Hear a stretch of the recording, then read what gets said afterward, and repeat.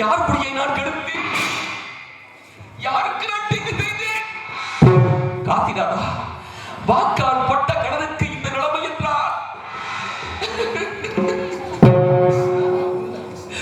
நான் வாக்கால் பட்ட கடனுக்கு இந்த நிலைமை என்றார்.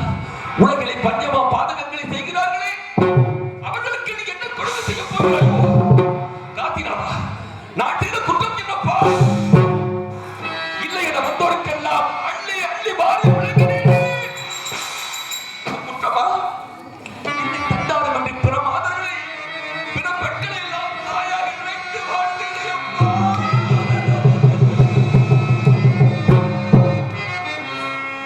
பிற மாதர்களை எல்லாம் தாயாக நினைத்து வாழ்ந்தேனேயப்பா. அதுதான் குற்றமா? கண்ணில் இருக்கும் தேரைக்கும் கருவில் இருக்கும் உயிருக்கும் உணவளித்த நீ என்னை ஏன் அப்பா சோதித்துக் கொண்டிருக்கிறார்? என்னை ஏன் சோதித்துக் கொண்டிருக்கிறார்? அப்படி நான் என்ன குற்றம் செய்தேன்? என்னை நாடி வரும் உனது அடியாட்களை எல்லாம் மதித்து வணங்கி அவர்களிடமெல்லாம் நல்லாசிகள் பெற்று வாழ்ந்து வந்தேனே.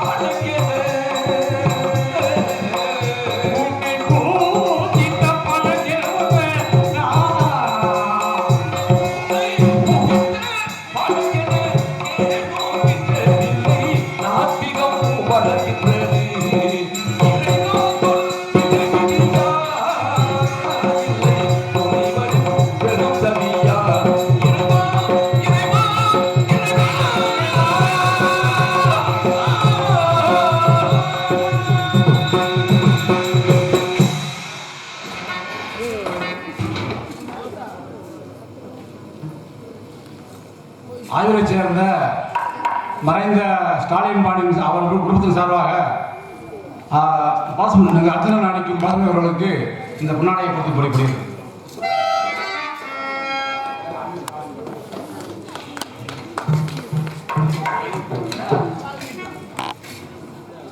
எனக்கு மாலை அணிவித்து மரியாதை செய்த குரண்டி கிராமத்தார்களுக்கும் பெரியோர்களுக்கும் தாய்மார்களுக்கும் மரியாதைக்குரிய அண்ணன் தலைவர் அவர்களுக்கும் ஏனைய சுற்றுவட்டார கிராம பொதுமக்களுக்கும் எனது வணக்கத்தை தெரிவித்துக் கொள்வதோடு சாலம்பாண்டி அண்ணா அவர்கள் பெருங்கொண்ட நகைச்சுவை நடிகர்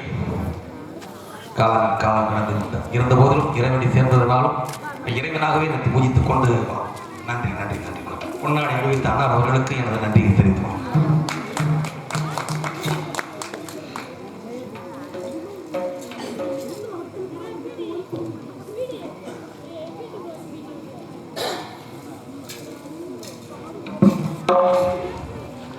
வித்வானா 6,66,000 அவ்வளவர்த்தனர், 3,32,000 பட்டவர்த்தனர், அமீரர்கள், கமரர்கள், மகாரர்கள்,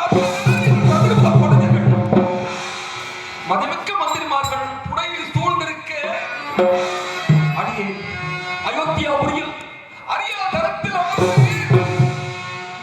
நான் நீதி வலுவாத அரசு புரிந்து வருகிறான். காதியின் மைத்திரம் தவத்தில் சிறந்தவருமான அண்ணவரை வணங்கி வரவேற்று ஆசனத்தில் அமரச் செய்து, கோபிநாதா, தாங்கள் என் நாட்டிற்கு வந்ததில் மிகவும் சந்தோஷமாக இருக்கிறது. இந்த போதிலும் தாங்கள் என் நாட்டிற்கு வந்தது என்ன காரணம் என்று அறியலாமா என்று கேட்டேன். அதற்கு முனிவர் என்ன தெரிவித்தார்? ஹரிச்சந்திரா, உலக நன்மைக்காக நாராயணா என்ற யாகத்திலே இருக்கிறேன். அதற்கு உன்னிடம் கொஞ்சம் திறமையை பெற்று போகலாம். கோபிநாதா, தான தர்மங்கள் செய்து கொண்டிருக்கும் இந்த நேரத்திலே உலக நன்மைக்காக செய்யும் தியாகத்திற்கு எவ்வளவு பண்ண தருகிறீர்கள். அதற்கு முனிவர் என்ன தெரிவித்தார்? ஹரிச்சந்திரா, மட்ட பாறையின் மீது மதையாடையை நிறுத்தி அதன் மீது அலங்காரம் உள்ள பொருள் ஏறி நின்று கையில் வெள்ளி கவன் பிடித்து மாணிக்க கல்வெட்டு எவ்வுயரம் போகுமோ மேலிருந்து கீழே விழுந்தூரம் பொன் கொடுக்க வேண்டும் என்ற கோதிநாதா,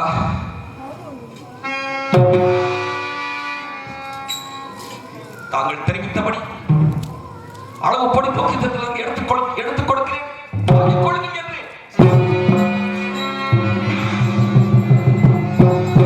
அதற்கு முனிவர் தெரிவித்தார். ஹரிச்சந்திரா, இந்த பொருள்கள் அனைத்தும் யாகத்திற்கு முகூர்த்தம் வைத்து பெற்றுக் கொள்கிறேன் என்றார். கோதிநாதா, தானமாக கொடுத்த பொருளையும் குருநாதர்களுக்கு தந்த பொருளையும் மீண்டும் பெறுவானாகில் அவன் ரவரவாதி நரகத்தை அடைவான் என்று துருதி கூறுகிறது. அதுவும் தவிர பொருள் பொக்கிஷத்தில் இருந்தால் அரசின் அவசிய தேவைக்காக அதிகாரிகள் எடுக்க நேரிடும். அந்த பொருளை தாங்களே எடுத்துச் செல்லும்படி கேட்டுக்கொள்கிறேன். அதற்கு முனிவர் என்ன தெரிவித்தார்? ஹரிச்சந்திரா, உனது அரசாங்க முத்திரையும் எனது ருத்ராக்க முத்திரையும் வைத்து ஒரு களஞ்சியத்தில் வைத்து தனியாக பூட்டிவிடு, அதனால் தோஷமில்லை என்றார். தங்களின் வார்த்தையை மறக்க முடியாமல் சம்மதிக்கிறேன் என்று முனிவர் சென்று விட்டார். முனிவர் சென்ற சிறிது நேரத்திலே எனது குடிமக்களின் அழகிய குரல் கேட்டது.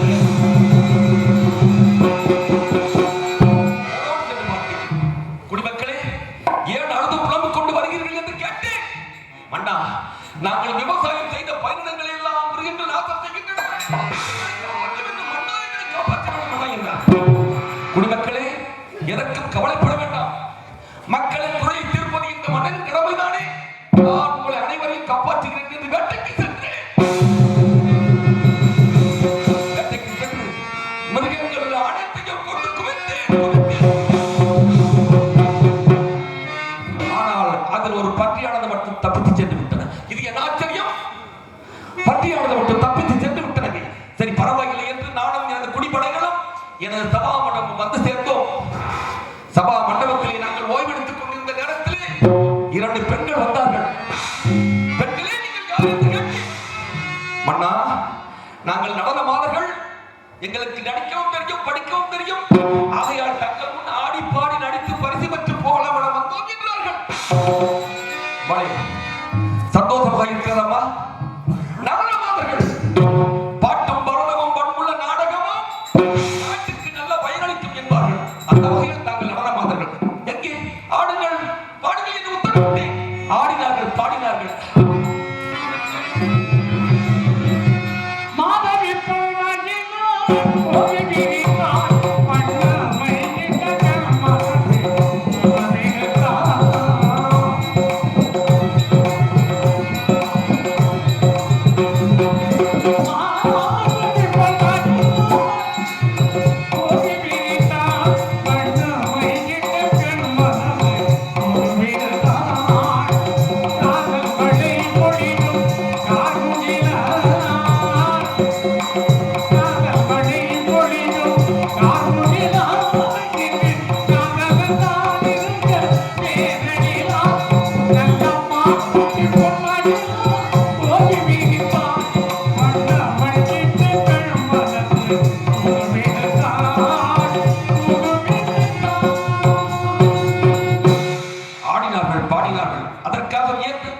மந்திரி சத்தியகீர்த்தியாரே அவர்களுக்கு வேண்டிய பொன்பொருளை கொடுத்து அனுப்புங்கள் என்று.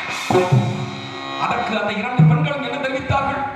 மன்னா, அவர் கொடுக்கும் பொருளை நாங்கள் வாங்கி செல்வதற்காக வரவில்லை மன்னா என்றார்கள்.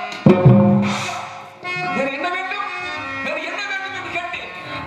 தங்கள் சிம்மாசனத்தில் தங்களுக்கு நிழல் தரக்கூடிய அந்த பூச்சக்கர குடை வேண்டும் என்று கேட்டார்கள். பெண்களே, இது அரசர்களுக்கே உகந்ததம்மா, இதை கொடுக்க கூடாது, உங்களுக்கு என்று உகந்த பொருளை வாங்கி செல்லுங்கள் என்று. பெண்கள் என்ன தெரிவித்தார்கள்? மன்னா, கொடையை கொடுக்க முடியாது என்றால் தங்கள் களத்திலே அணிந்திருக்கும் அந்த வெற்றி மாலை வேண்டும் என்று கேட்டார்கள். தானமாக கொடுக்கக்கூடிய பொருளைத்தான் தர வேண்டுமே தவிர பொருளை எப்படி தருவது? எனது மந்திரியார் கொடுக்கும் பொருளை வாங்கி செல்லுங்கள் என்று. அதற்கு அந்த இரண்டு பெண்களும் என்ன தெரிவித்தார்கள்? மன்னா, பூச்சக்கர கொடையும் கொடுக்க முடியாது, வெற்றி மாலையும் தர முடியாது என்றார். எங்கள் இருவரையும் திருமணம் செய்து கொள்ளுங்கள் என்றார்கள். என்ன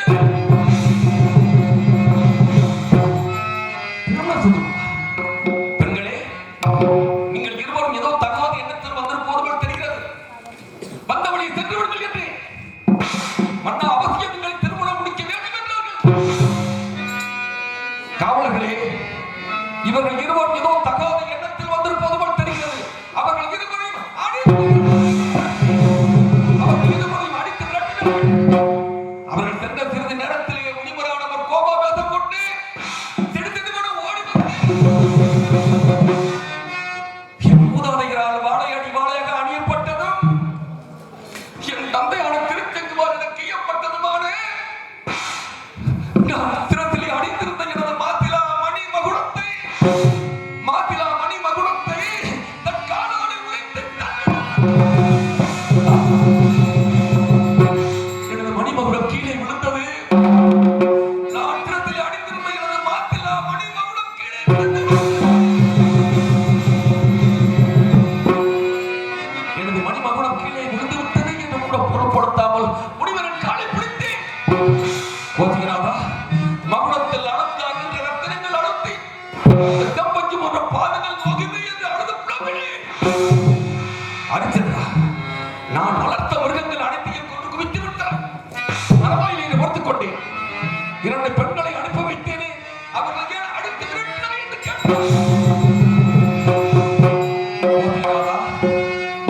தாங்கள் வளர்த்த மிருகங்கள் என்று எனக்கு தெரியாது சுவாமியே. பெண்கள் வந்த இரண்டு பெண்களும் தகாத முறையில் நடந்தார்கள். அதனால் அவர்களை அழைத்து விரட்டும்படி நேரிட்டது என்று. என்னடா, என்ன தகாத முறையில் நடந்தார்கள்? ஆடினார்கள் கண்டு ரசித்தாய் அல்லவா?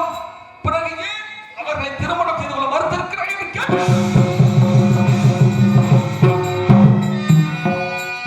கோதிகராதா, நான் ஏகபக்தி விரதம் என்று தெரிந்திருந்தும் ஏன் சுவாமியை சோதிக்கிறீர்கள் என்று கேட்டேன். அரிச்சந்திரா, அவர்கள் இருவரையும் திருமணம் செய்து கொள்ளவில்லை என்றால் எனது கோபம் தனியாது என்று சொல்கிறேன். கோத்திகநாதா, கண்ணை வேண்டினோம் நான் கண்ணை வேண்டினோம் இதுவே காக்கின்ற இந்த மண்ணை வேண்டினோம் வாகுணன் இதுவே இதுவே இதுவே கண்ணை வேண்டினும் இதுவே நான் காக்கின்ற மண்ணை வேண்டினும் வாகுணன் இதுவே சுவாமி சுவாமி. கண்ணை வேண்டினும் இதுவே வாகுணன் இதுவே கண்ணை வேண்டினும் இதுவே மண்ணை வேண்டினும் வாகுணன் இதுவே.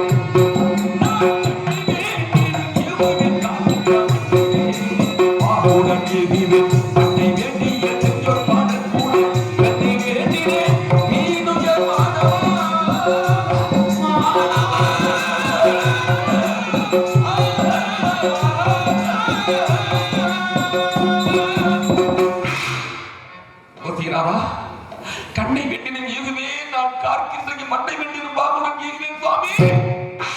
பிற மாதங்களை விரும்ப மாட்டேன் என்று நான் ஓமானமாகத்தான் சொன்னேன். அந்த ஓமானமான சொன்ன சொல்லை உறுதியாக வைத்துக் கொண்டு என்ன கண்ணை தருகிறாயா? உனது கண்களை தக்கடா எனக்கு மண்ணை தருகிறேன் என்று சொன்னாயே. எங்கே உனது நாடு நகரங்களை எனக்கு தானே வந்து கொடு.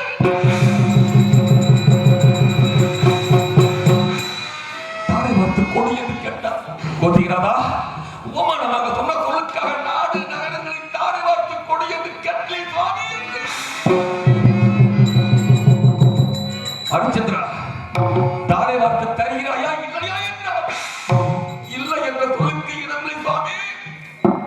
தாரை வார்த்து தருகிறேன் என்று எனது மனைவியை எண்ணியிலே ஜலம் எடுத்து வர செய்து தாரை வார்த்து கொடுத்தேன். எப்படி தாரை வார்த்து கொடுத்தேன்? எம்பெருமான் வாழும் ஏமகுணம் காத்தி நீக்கி மற்ற நாடு நகரங்கள் அத்தனையும் தாரை வார்த்து கொடுத்தேன்.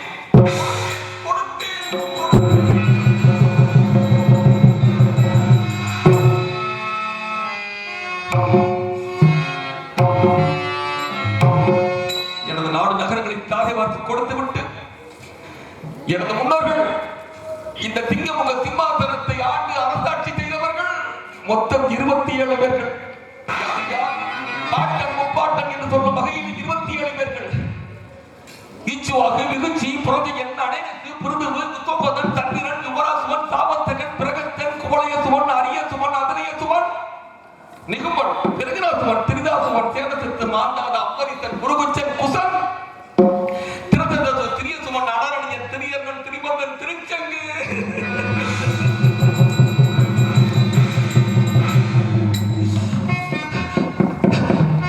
என் தந்தை திருச்செங்கும் என்ற 27 மன்னவர்களுக்கு பின்னவனாக இந்த அடியேன் அரிச்சந்திரனும் அமர்ந்து அரசாட்சி செய்ய திங்கமுக சிம்மாசனத்தை ஒரு முறை எடுத்து பார்த்தேன்.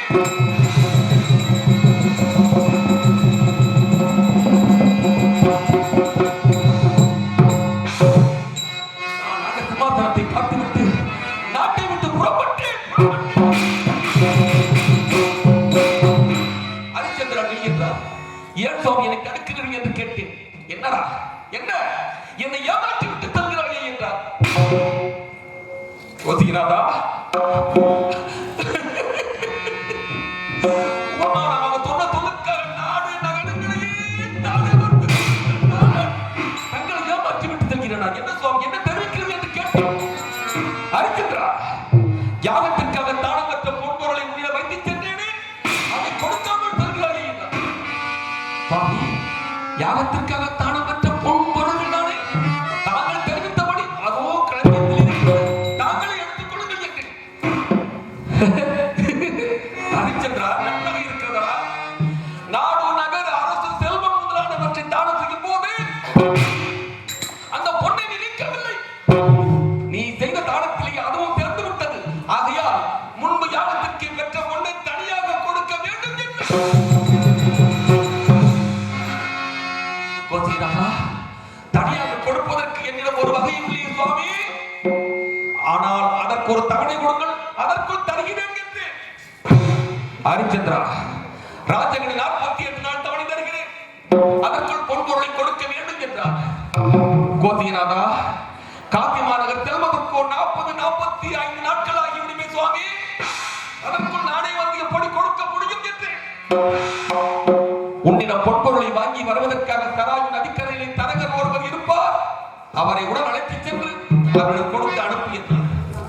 ஆகட்டும் சுவாமி என்று தராயு நதிக்கரை சென்றோம்.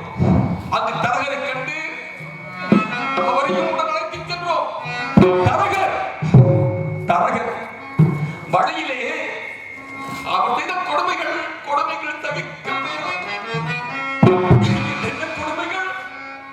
காத்திக்கு செல்ல விடாமல் கோட்டில் நிறுத்தினார், அண்ணாந்தால் கூட்டினார், நெற்றியிலே கல்லை வைத்தார், கையிலே கிட்டியை கட்டி என்னை தடுக்காத அடே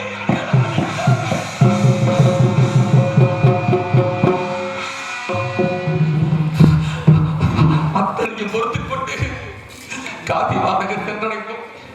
காதி மாநகரிலே காதி மக்களை எல்லாம் காத்து ரட்சித்துக் கொண்டிருக்கும் எம்பெருமான் காதி விஸ்வநாதரையும் என் தாய் காதி விசாலாட்சியை நாங்கள் அனைவரும் தெரிவித்து வணங்கினோம்.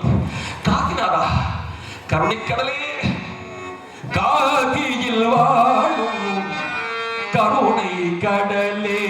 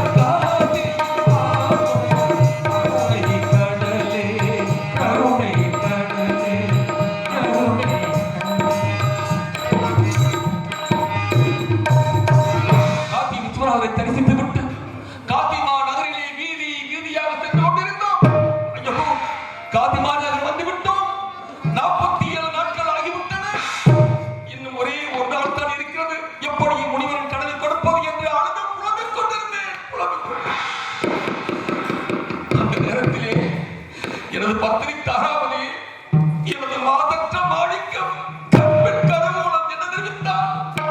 பிரபு, ஏன் பிரபு, ஏன் இதற்காக அழுது புலம்பிக் கொண்டிருக்கிறீர்கள் என்று கேட்டார்.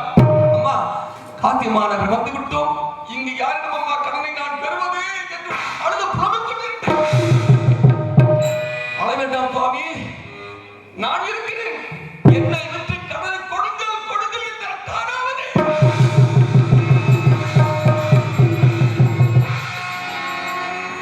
உன்னை விட்டு கடனை கொடுப்பதற்கு நான் இன்னும்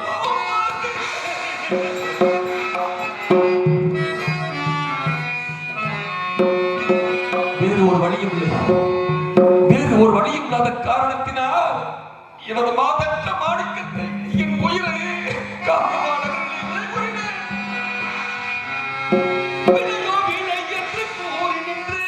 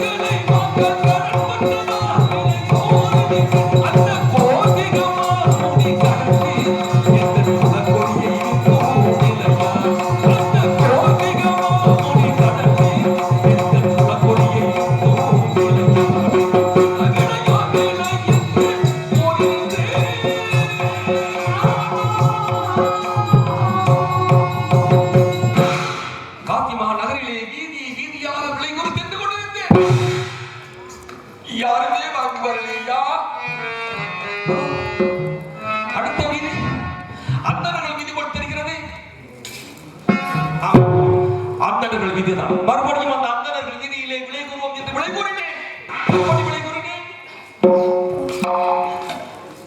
கலைமதி முகத்தாளே கரப்பிடித்து வளர்ந்தவளே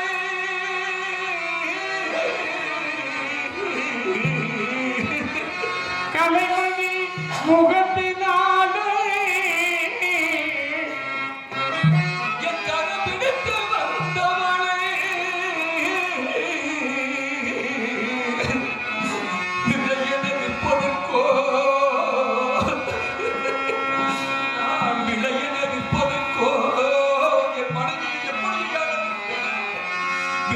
விற்பதற்கோ விதியோ முனிவரின் சதியோ காத்திராதா இது உலகம் அறியா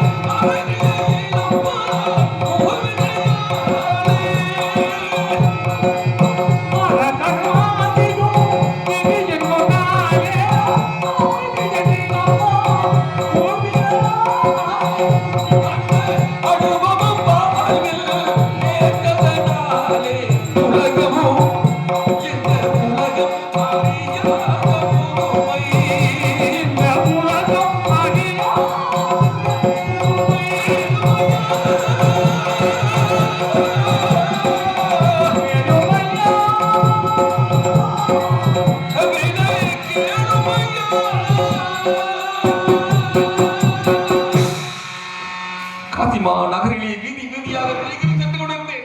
அந்த நேரத்தில் காலகட்டம் என்று ஒரு அந்தனர் என் பத்திரிகை விளைவற்று பாடகரையும் ஏமாற்றி அழைத்துக் கொண்டார்.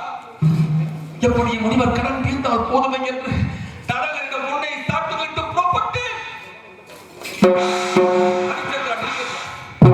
ஏன் சுவாமி என்னை தடுக்கிறீர்கள் என்று கேட்டேன். ஹரிச்சந்திரா, முனிவருக்கு தர வேண்டிய பொன்பொருளை கொடுத்து விட்டார்.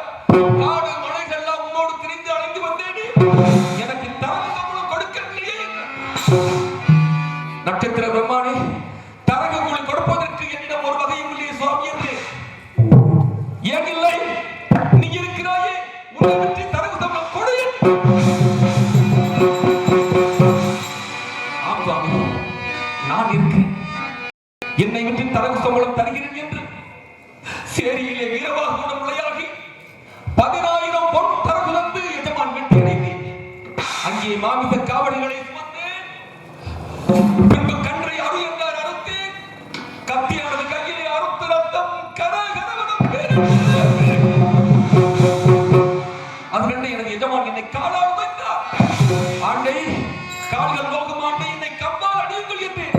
அது கேட்டு அவர் என் மீது இரக்கம் கொண்டு, அடே ஹரிச்சந்திரா, நீ வீட்டு வேலைகள் செய்ய மாட்டான். எனக்கு சொந்தமான மயானம் ஒன்று இருக்கிறது, அங்கே சென்று காவல் செய் என்று எனக்கு அவர் கட்டளையை திறமையில் ஏற்றுக்கொண்டு போகிறேன். அப்பா, 56 தேவதைகளின் ஒரு குடை நிழலில் ஆண்டு சக்கரவர்த்தியாக வாழ்ந்த நான் அனைத்தையும் இழந்து மயான காவலுக்கு போகிறேன். அப்பா,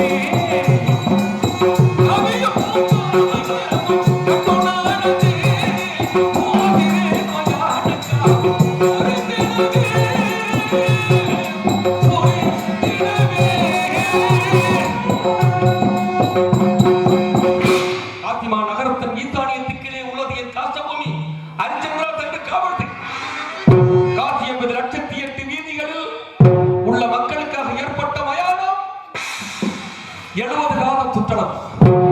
அதில் அண்ணனர் தவம் துணை ஏற்பட்ட இடம் தெற்கிலே 20 காதம், சத்திரியர் மயானம் ஈசானியத்திலே 15 காதம், வைசியர் ஈமம் வடமேற்கிலே 10 காதம், கூத்துனர் சுடுகாடு கீழ்த்திசையில் 25 காதம். வேதியர் தவத்தை வியாபங்க வயானம், சத்திரியர் குலத்தை தங்க கவை கொண்டும், வைசியர் தவத்தை தந்தன கவையால், மற்றொரு குணங்களை தருவேன கவை கொண்டும் தகனத்தை வஞ்சமர் நீங்க மற்ற வகுப்பினரிடம் காற்பணம் முழத்துண்டு வாய்க்கத்திற்கு 3 மார்க்கு பஞ்சமரிடம் அறுத்து நீங்க மற்ற 2 பெற்றுக்கொள்ளும்.